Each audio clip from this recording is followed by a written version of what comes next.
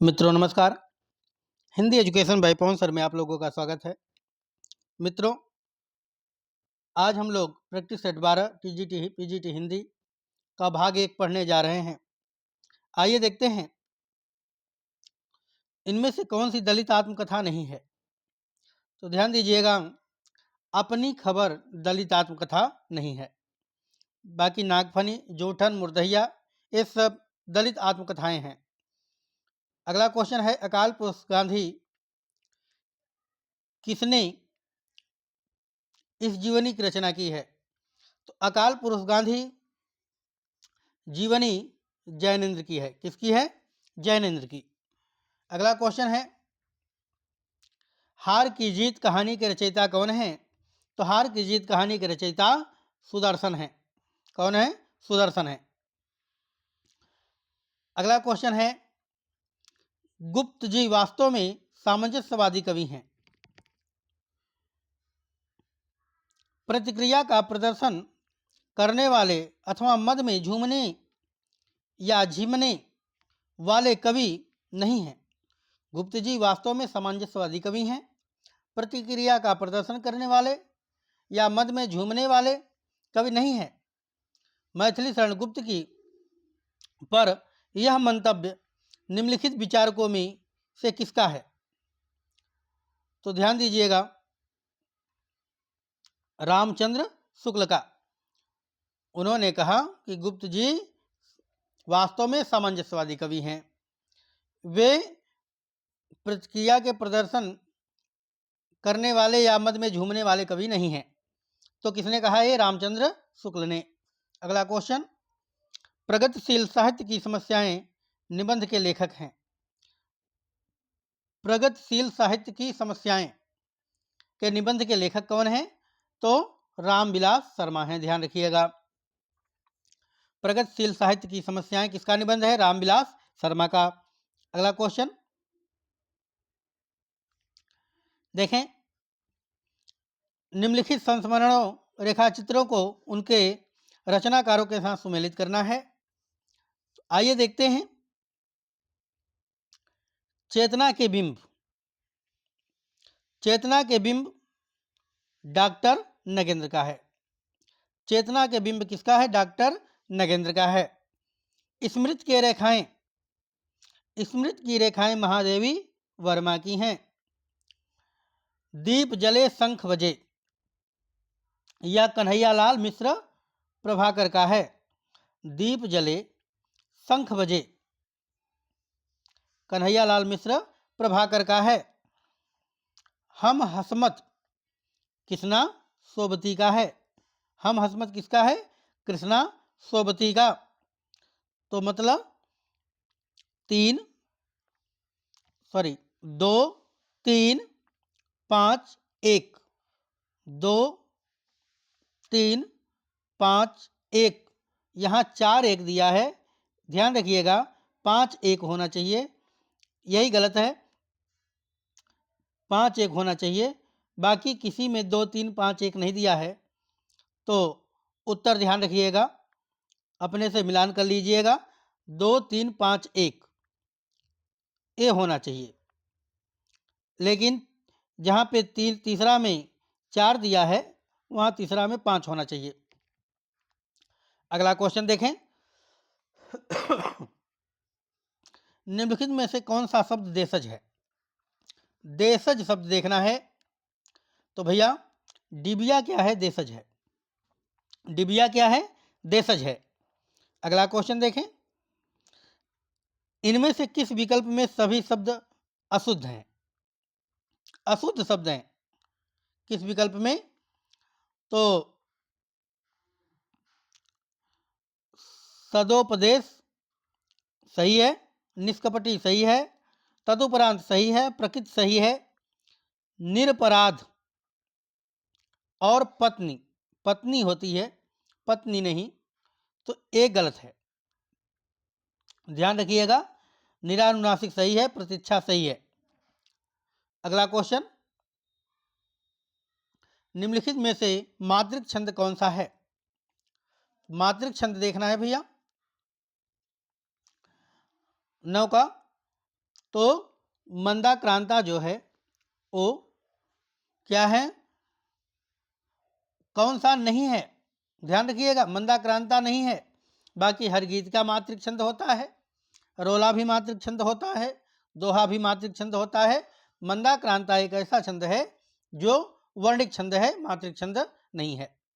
अगला question 10 number देखें। निम्नलिखित कृतियों तथा कृतिकारों का सुमेलित करना है। तो ईश्वर की अध्यक्षता में, ईश्वर की अध्यक्षता में किसका हो जाएगा, लीलाधर जगूड़ी का, लीलाधर जगूड़ी का ईश्वर की अध्यक्षता में। अगला है अबूतर कबूतर, यह किसकी रचना है, तो यह अबूतर कबूतर जो है वह उदय प्रकाश की रचना है। किसकी है, उदय प्रकाश की। अगला है आत्महत्या के विरुद्ध, तो आत्महत्या के विरुद्ध रघुवीर सहाय की रचना है, ध्यान रखिएगा। जलसा घर, जलसा घर किसकी रचना है, तो जलसा घर है श्रीकांत वर्मा की, ध्यान रखिएगा। तो ईश्वर की अध्यक्षता में लीलाधर जगूड़ी, अबूतर कबूतर उदय प्रकाश, आत्महत्या के विरुद्ध रघुवीर सहाय, जलसा घर श्रीकांत वर्मा। तो प्रिय मित्रों ए नंबर बिल्कुल सही हो जाएगा। अगला क्वेश्चन देखें 11 नंबर।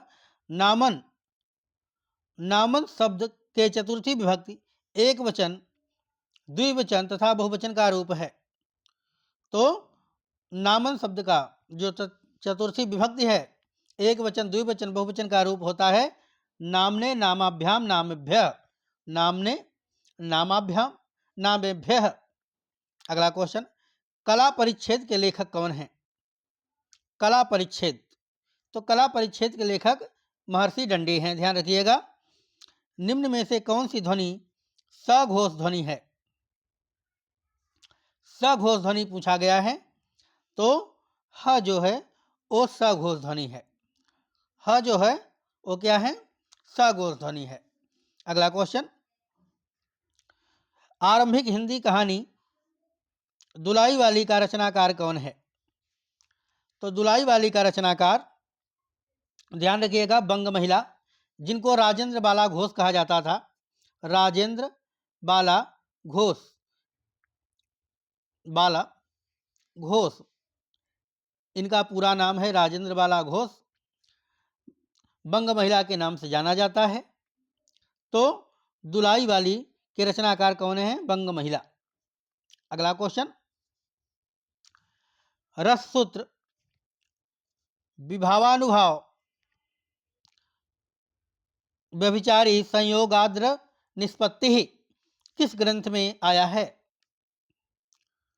तो विभावानुभाव व्यभिचारी संयोगाद्र निष्पत्ति ही, या ध्यान दीजिएगा यह नाट्यशास्त्र में आया है, किसमें, भरत मुनि के नाट्यशास्त्र में। अगला क्वेश्चन देखें, प्रभु जी तुम चंदन हम पानी, जाति अंग अंग बांस समानी, यह किसकी काव्य पंक्ति है, तो प्रभु जी तुम चंदन हम पानी, जाति अंग अंग बांस समानी। तो ध्यान रखिएगा ये रैदास की पंक्तियां हैं, बी नंबर बिल्कुल सही हो जाएगा, बी नंबर बिल्कुल सही हो जाएगा। अगला क्वेश्चन देखें, इनमें से कौन सी नागार्जुन द्वारा रचित नहीं है, नागार्जुन की रचना नहीं है, ये देखना है। तो ध्यान दीजिएगा पाषाणी नागार्जुन की रचना है, रविंद्र के पथ नागार्जुन की रचना है, चंदना नागार्जुन की रचना है, कलाय और बूढ़ा चांद यह किसकी है, पंत की, यह किसकी है, पंत की, कलाय और बूढ़ा चांद। बाकी तीनों रचनाएं नागार्जुन की हैं, ध्यान रखिएगा। पाषाणी रविंद्र के प्रत, चंदना नागार्जुन की रचनाएं हैं, कलाय और बूढ़ा चांद पंत की रचनाएं हैं। अगला क्वेश्चन 18 नंबर देखते हैं, उड्डयनम का संधि विच्छेद होगा, उड्डयनम का संधि विच्छेद होता है उत प्लस डयनम, क्या होता है भैया, उत प्लस डायनम, ए नंबर बिल्कुल सही हो जाएगा। अगला क्वेश्चन, अनुचित में उपसर्ग है, अनुचित में क्या उपसर्ग होगा? अन प्लस उचित होता है, ध्यान रखिएगा, बी नंबर सही हो जाएगा, अन प्लस उचित होता है, ध्यान रखिएगा, अनुचित। अगला क्वेश्चन, निम्नलिखित में से कौन ज्ञान मार्गी शाखा के कवि नहीं हैं? तो ज्ञान मार्गी शाखा के कवि नहीं हैं, ये बताना है 20 नंबर में। तो देखें, कबीर, कुतुबन, रैदास, दादू, ध्यान रखिएगा, कबीर, रैदास और दादू ये तीनों ज्ञान मार्गी हैं। कुतुबन जो हैं वह प्रेम मार्गी शाखा के कवि हैं। कुतुबन की जो प्रसिद्ध रचना है मृगावती, तो ध्यान दीजिएगा, कुतुबन की प्रसिद्ध रचना मृगावती, यह सूफी काव्यधारा के कवि हैं। ज्ञान मार्गी में कबीर हैं, रैदास हैं और दादू हैं। अगला क्वेश्चन,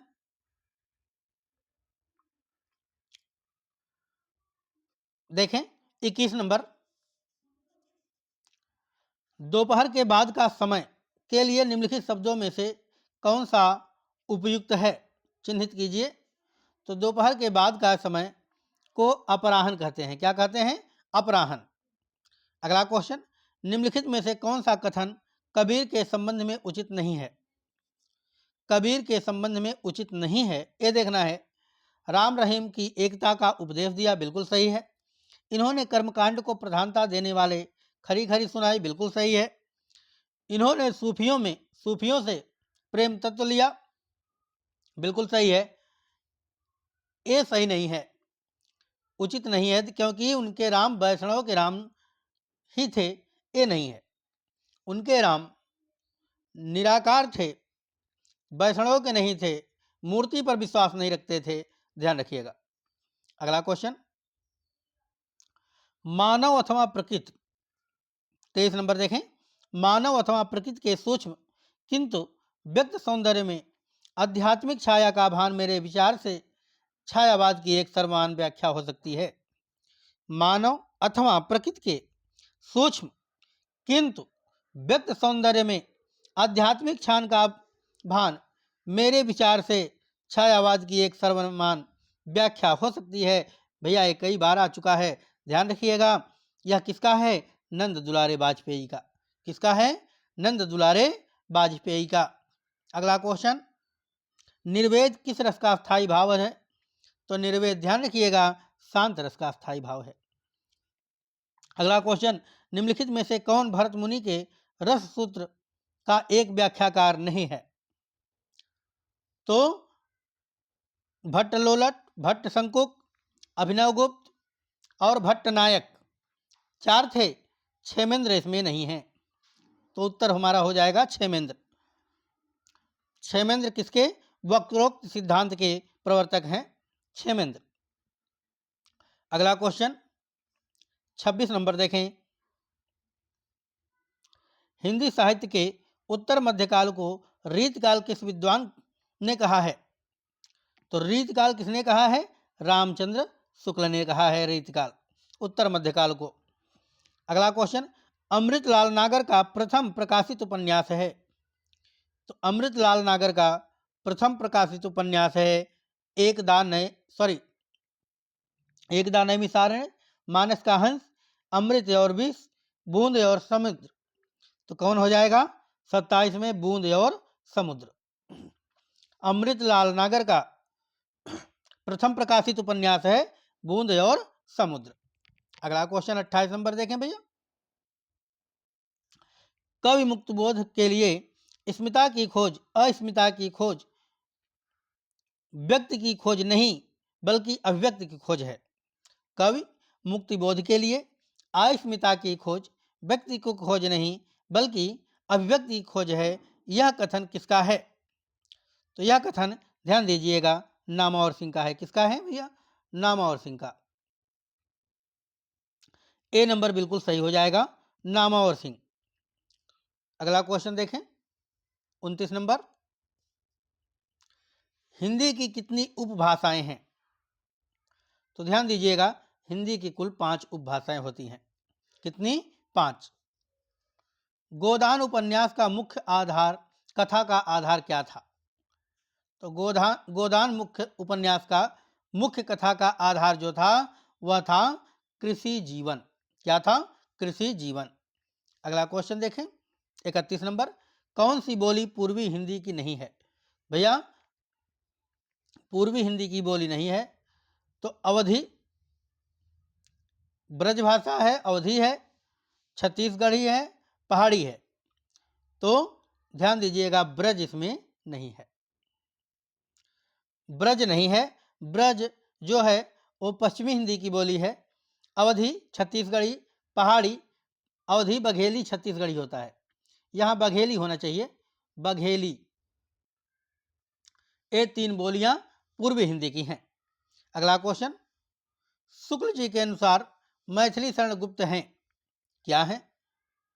शुक्ल जी के अनुसार मैथिली शरण गुप्त सामंजस्यवादी कवि हैं। कैसे हैं? सामंजस्यवादी कवि हैं शुक्ल जी के अनुसार, ध्यान रखिएगा। वैसे तो इन्हें राष्ट्रवादी कवि कहा जाता है, क्योंकि इन्हें मैथिली शरण गुप्त को राष्ट्र कवि भी कहा जाता है, ध्यान रखिएगा। अगला क्वेश्चन, भारतेंदु हरिश्चंद्र द्वारा संपादित पत्रिका का सही नाम है? तो भारतेंदु हरिश्चंद्र द्वारा संपादित पत्रिका है बाला बोधिनी। कौन है? बाला बोधिनी। अगला क्वेश्चन 34 नंबर देखें, सही विकल्प को चुनकर निम्नलिखित वाक्य के रिक्त स्थान की पूर्ति कीजिए। नाच न आवे टेढ़ा, क्या टेढ़ा? आंगन टेढ़ा। नाच न आवे आंगन टेढ़ा। अगला क्वेश्चन 35 नंबर, देवनागरी लिपि के विकास में ज, ग, क आदि ध्वनियां वर्ण में आई हैं। किस में आई हैं? तो ध्यान रखिए, संस्कृत से। किस में आई हैं? संस्कृत से। ज, ग, क ये ध्वनियां जो हैं संस्कृत से आई हैं। अगला क्वेश्चन देखें, वर्तनी की दृष्टि से कौन सा शब्द शुद्ध है? तो वर्तनी के दृष्टि से दंपति शब्द बिल्कुल शुद्ध है। कौन सा? दंपति। अगला क्वेश्चन देखें, राग गोविंद के रचयिता का नाम बताइए। राग गोविंद किसकी रचना है? तो राग गोविंद जो है मीराबाई की रचना है। राग गोविंद, मीरा की मलार, ये सब रचनाएं मीराबाई की हैं।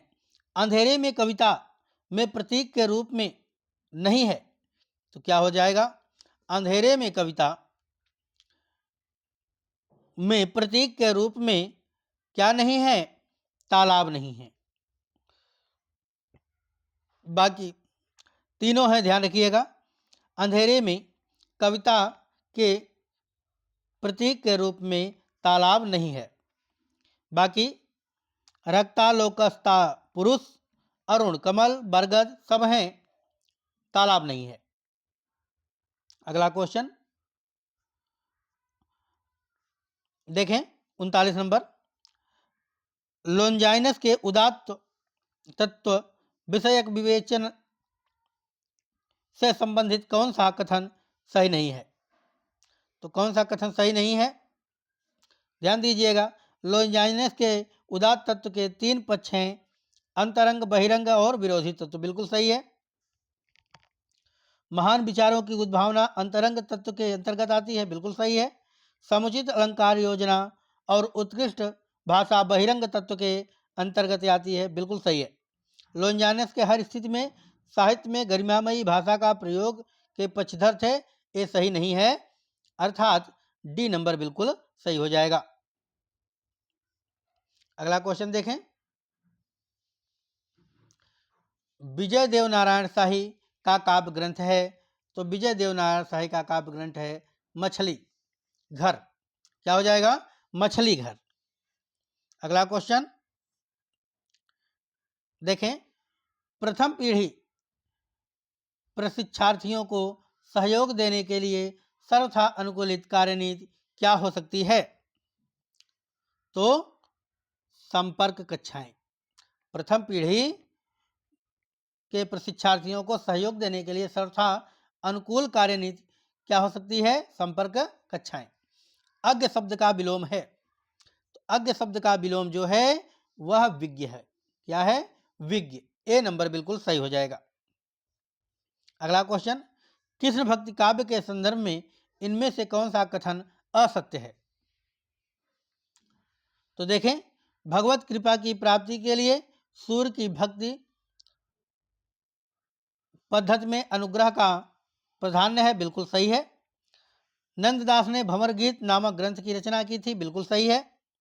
राधा वल्लभ संप्रदाय में राधा का स्थान गौड़ तथा कृष्ण का स्थान प्रधान उच्च माना गया है, यही गलत है, क्योंकि राधा को सर्वोच्च माना गया है और कृष्ण का स्थान गौड़ माना गया है।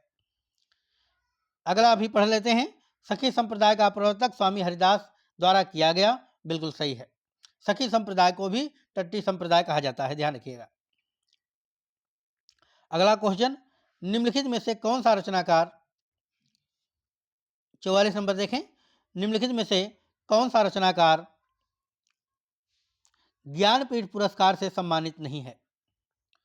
तो ध्यान दीजिएगा, हजारी प्रसाद द्विवेदी जो हैं वो ज्ञानपीठ से पुरस्कारित नहीं है। बाकी महादेवी वर्मा को यामा पर मिला था, सुमित्रानंदन पंत को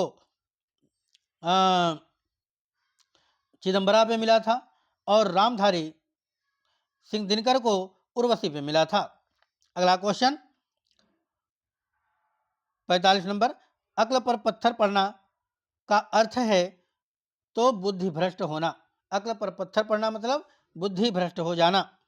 परिश्रम का विलोम शब्द है, तो परिश्रम का विलोम क्या हो जाएगा भैया? ध्यान दीजिएगा, विश्राम। कोई परिश्रम करता है तो कोई विश्राम करता है। अपभ्रंश भाषा में लिखित रामचरित्र कौन सा है? तो अपभ्रंश भाषा में स्वयंभू का पयुमचर्यु, किसका? स्वयंभू का, स्वयंभू ने लिखा पयुमचर्यु, यह अपभ्रंश भाषा में लिखा रामचरित्र है। अगला क्वेश्चन, जैसे ही अमृता घर पहुंची वैसे ही संस्कृति चली गई, कैसा वाक्य है? जैसे ही अमृता घर पहुंची वैसे ही संस्कृति चली गई, तो यह मिश्रित वाक्य है भैया। जैसे वैसे ये क्या है? मिश्रित वाक्य हैं। अगला क्वेश्चन देखें, निम्नलिखित वाक्यांश के लिए दिए गए विकल्पों में सटीक शब्द का चयन कीजिए।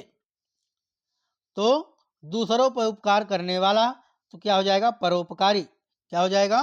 परोपकारी।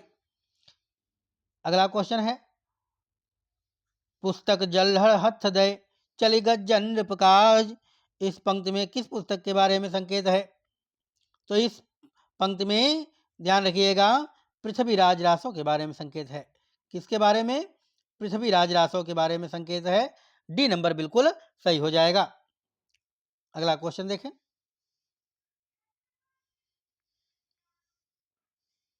51 नंबर, शुद्धम वाक्यम अस्ति, शुद्ध वाक्य है। शुद्ध वाक्य क्या है? तो ध्यान दीजिएगा, रजकस्य वस्त्रम ददाति, रजकस्य वस्त्रम ददाति, धोबी को वस्त्र दिया, तो देता है, तो यही शुद्ध वाक्य हो जाएगा। रजकस्य, ध्यान रखिएगा, स्य का मतलब अगर तो काके की का अर्थ देता है, तो रजकस्य वस्त्रम ददाति, धोबी को वस्त्र देता है। अगला क्वेश्चन, संस्मरण साहित्य में महादेवी वर्मा कृत संस्मरण नहीं है, तो ध्यान दीजिएगा, संस्मरण नहीं है। कौन संस्मरण नहीं है? तो सीधा सीधा दिखाई दे रहा है, यामा संस्मरण नहीं है। यामा महाकाव्य है, बाकी स्मृति की रेखाएं, पद के साथी, अतीत के चलचित्र, यह जो हैं वो संस्मरण रेखाएं हैं, संस्मरण है। बाकी यामा क्या है? काव्य है।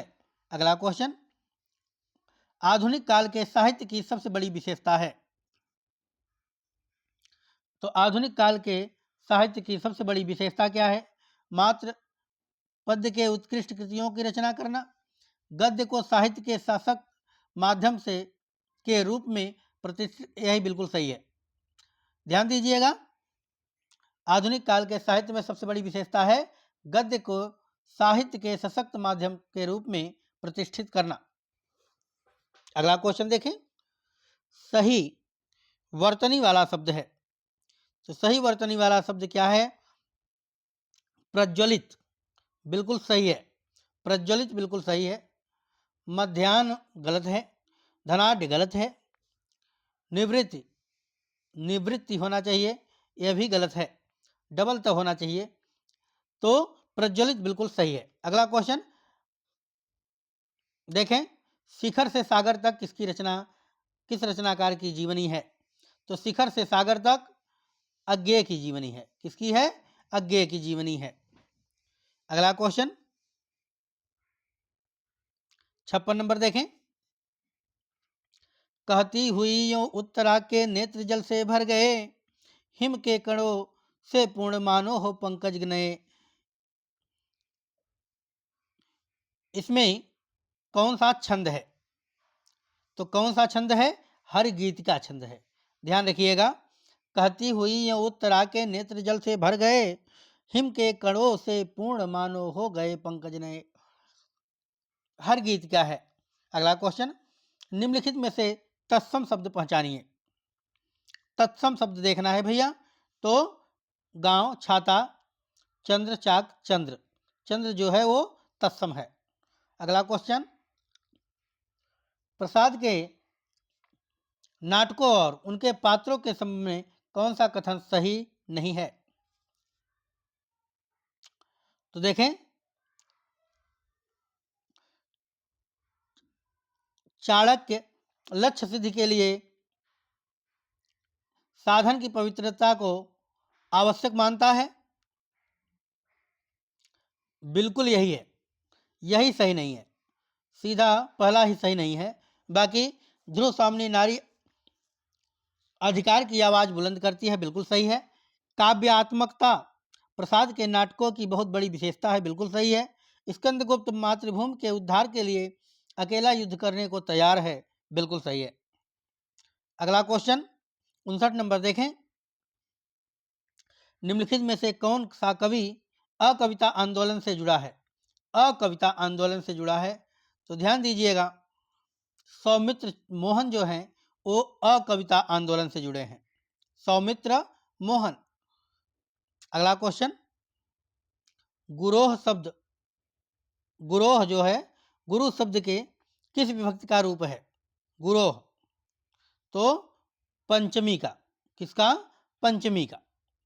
गुरोह जो है गुरु शब्द के पंचमी विभक्ति का रूप है। पाठन और प्रतिफल पर लागू होता है, पाठन और प्रतिफल पर लागू होता है, क्या लागू होता है, किस पर लागू होता है? पाठन और प्रतिफल, ये बताना है। तो संकेतों पर, केवल पाठ भागों पर, चित्रों और पाठ्य भागों दोनों पर, केवल चित्रों पर, तो क्या हो जाएगा? बिल्कुल सी नंबर सही हो जाएगा, चित्रों और पाठ्य भागों दोनों पर। मेरे प्यारे मित्रों, यह 61 क्वेश्चन हम लोगों ने प्रैक्टिस सेट 12 के भाग 1 में पढ़ा। इसके आगे पुनः दूसरे पार्ट में मिलते हैं, तब तक के लिए नमस्कार।